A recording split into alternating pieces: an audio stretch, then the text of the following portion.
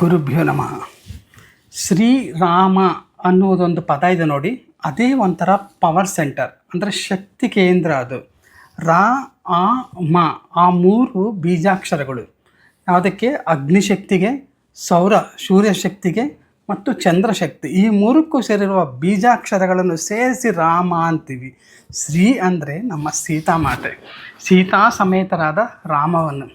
ಆ ಶ್ರೀರಾಮ ಪದವನ್ನು ಒಂದ್ಸರಿ ಮಕ್ಕಳಿಗೆ ರೂಢಿ ಮಾಡಿಸಿ, ಅವ್ರಿಗೆ ಏನೇ ಕಷ್ಟ ಇದ್ದರೂ ಆ ಶ್ರೀರಾಮ ಅನ್ನೋದ ಶಕ್ತಿ ಇಡುತ್ತಲ್ಲ, ಅದು ತೆಗೆದುಬಿಡುತ್ತೆ.